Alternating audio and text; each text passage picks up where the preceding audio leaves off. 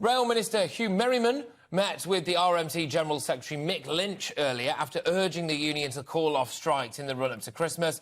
That's in light of warnings about the action that will cost our economy £1.7 billion.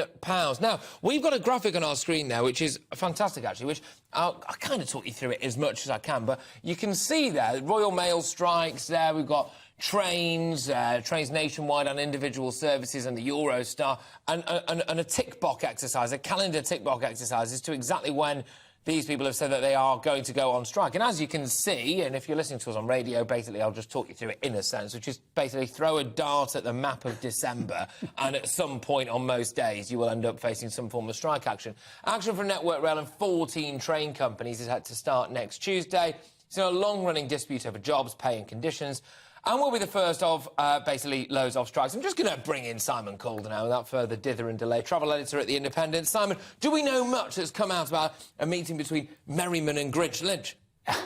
No, but there is. But the fact that we don't know much is actually very good. Just a few minutes before I came to speak to you, I was talking to an official at the RMT, and I said, "Well, how's it all going?"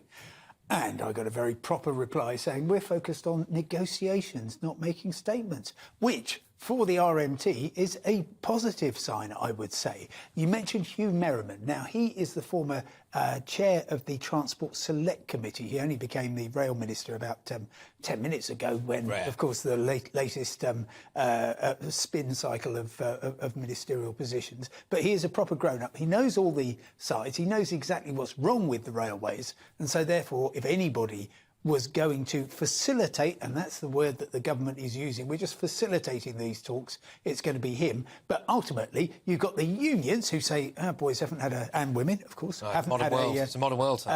Haven't had a pay rise for 3 years, and therefore we need one, and we want it to be recognise the high cost of living.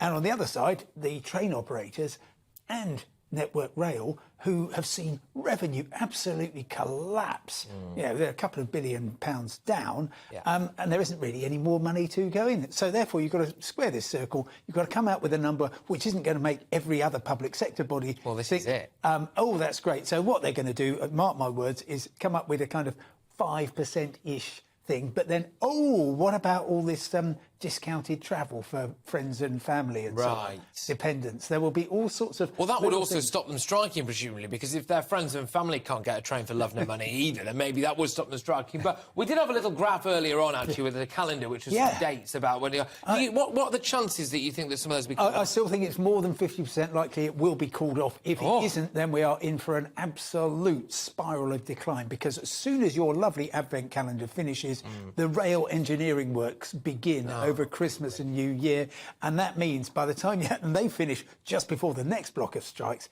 and there'll be an awful lot of people making New Year's resolutions never to travel by train. And these strikes alone could cost us £1.7 billion, which is absolutely unbelievable, isn't it? Well, they're making a huge dent in the nation's finances, but that's what the unions are doing. It's a very, very high stakes game. OK, all right, Simon, thank you very, very much. Simon Calder there, travel expert, travel guru, travel editor at The Independent, joining me there. And thank you very much, as always, for putting up with me, Simon. I always feel as though there's very much an adult in the room here whenever you come in.